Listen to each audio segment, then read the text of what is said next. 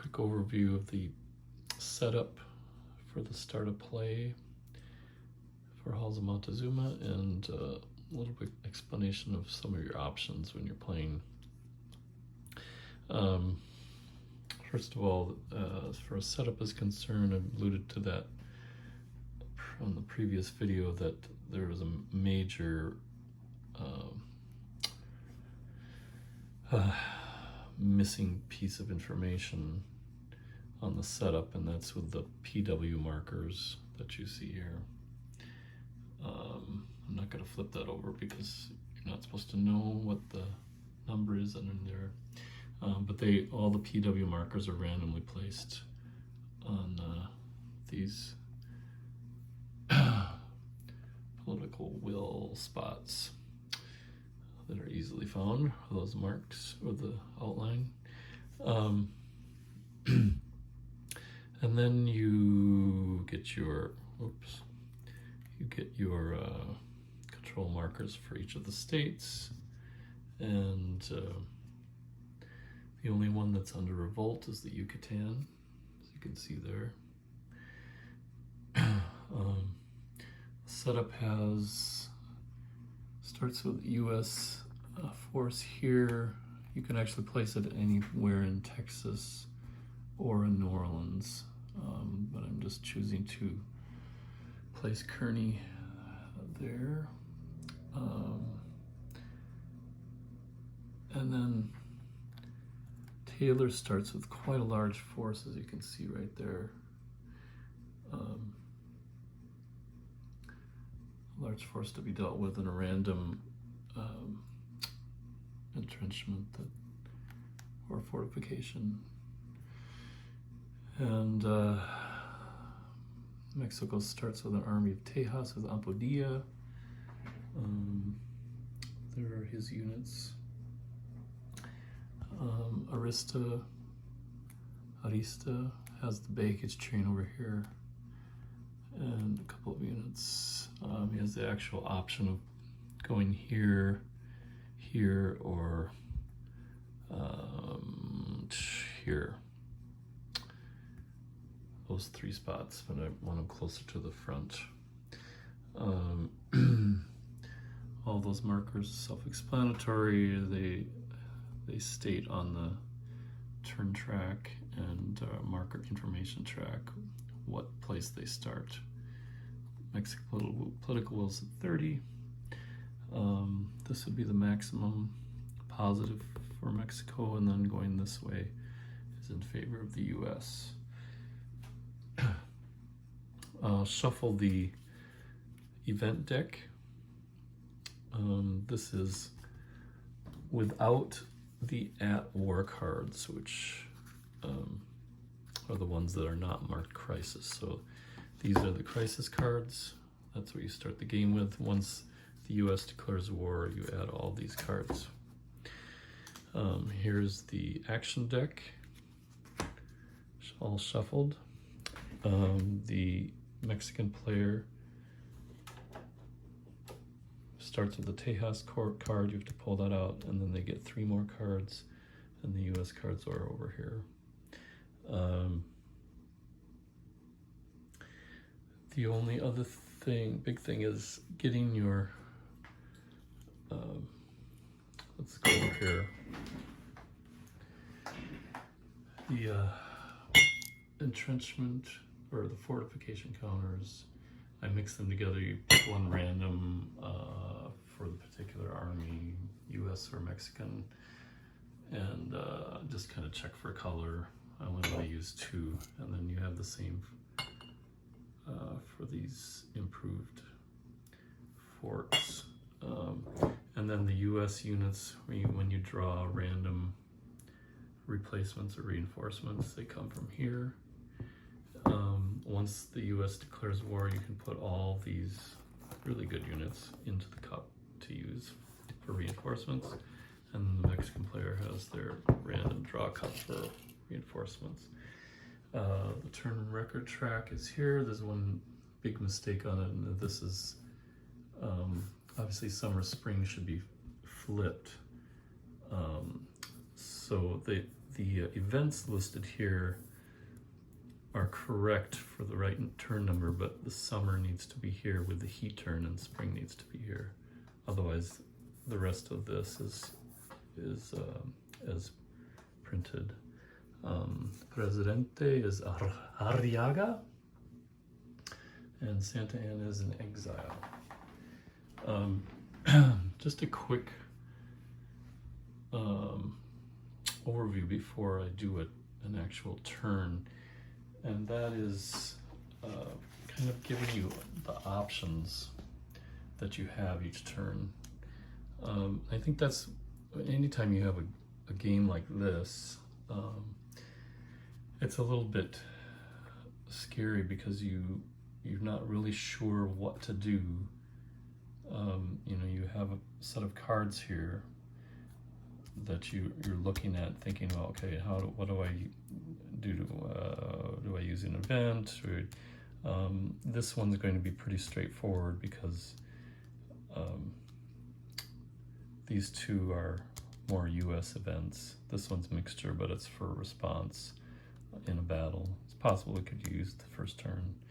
Tejas, you're for sure going to use that the first turn. It's advantageous to do it as the first card of the game. But you have your turn, and you're thinking about, well, what do I do on each turn? Well, here are the options. You can play a card for an event, as listed here. You could play a card to move a unit or a force, which includes an army. And when you decide to move, you can decide to move just to move and kind of change the position of an army, or maybe you're getting it down to southern Mexico if the U.S. is invaded, so you need to get reinforcements down there. So you can move just to get a different position for a particular unit or force. You can move to do battle, which is probably going to happen on the first turn. We'll see with these forces that are fairly close. You can move to control spaces. So if the U.S. was moving, say they were here, let's put them here, and they were moving, they had controlled this space here, pretend there was a U.S. flag because it's in Mexico, and they could move in a path like this, and along the way, if they have enough movement points, they could pay a movement point to take control of that space and put a U.S. flag there. That helps with the supply phase and staying supplied for battles. So you'll want to try to gain control. Plus you want to gain control of these spaces so that you can gain control of the whole state. So movement can be for gaining control spaces. You can also move in order to, or at least along the way, the pathway, to destroy fieldworks. So if this fieldworks was abandoned, the army of Tejas could move through, pay a movement point to destroy that along the way. So several different things you can do in terms of movement. So play a card for moving, and you have four or five different options as you do your movement. Then you can play a card to gain control of a space. So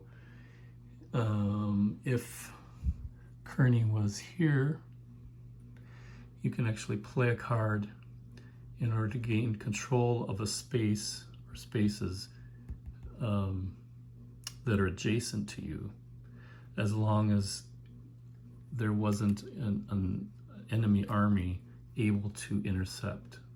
So Arista's adjacent to the space, so Kearney could not gain control of that just by playing a card, because Arista could intercept. If Arista was here, Kearney could gain control of this, he could gain control of this, and also his own space without moving. You can play a card to build a fortification. We'll show that during the game. You can play a card for replacements, and depending on the ops value of a card that's played. So I could play that card for getting replacements. And if you do that as an action during a turn, you'd flip this over. It says replacement taken. So you can no longer do that for that particular turn. Once the new turn comes, you can do replacements again. You can play a card to return a baggage train. You don't want to lose baggage trains, but if you need to get one back, you can play a card to get that baggage train placed back on the board. There are three really connected actions as far as naval movement and activities go. You can play a card to activate a fleet, such as this one on the Gulf Coast. You can play a card to make a naval move with units, including amphibious. You can play a card to seize a port with an active naval unit. You can play a card to organize an army. So if Taylor's sitting here, he doesn't have an army here, and you want to use an army in order to be better prepared for battle. You can use a card to create an army. You can also discard if you're really stuck on a card, you're kind of done with movement and battles. You can discard a card that you don't want. Remember, the higher number ops are obviously more desirable because they'll enable a lot more leaders to move. And then the last option is you can actually hold a card. If you get down to one card, you can hold it for the following turn if you've played all of your other cards or discarded all of the other cards. So those are the kind of options you're looking at. It seems like a lot, but if you keep in mind that your goal is to increase political will for the Mexican player or decrease it for the US player, and the way you do that is either maintaining control of states on the Mexican side, keeping the states calm. If they're under revolt, try to get them back to a calm state. Winning battles with your units changes the political will. Obviously, capturing these places will change the political will.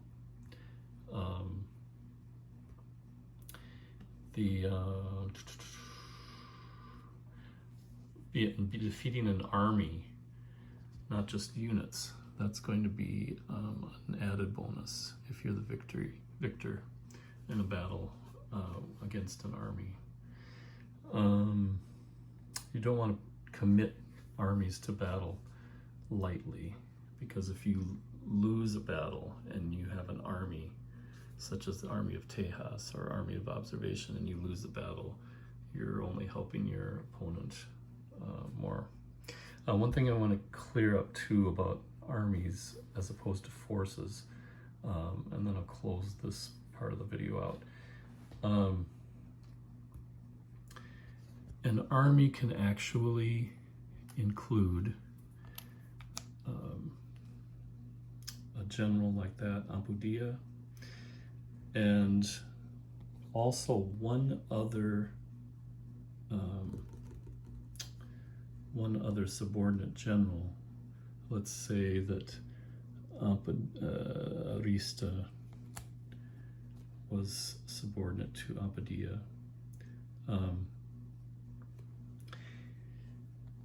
Then, actually, I think I'll have to check on that, which one would have to be subordinate, because Ampudia is a 3 as opposed to a 2. But anyway, let's switch it around and make Arista the overall general. So he has 7 possible units that he can have. If there's an army, Ampodia could have 6 as well, and so they could actually have a total of 13. If Ampodia was with Arista and it was not a formed army, it was just a force, you could only have a total number of units of 7 between the two of them. So that's another reason, pretty big reason for forming an army. So just something to keep in mind. All right, we'll pick it up at the first turn.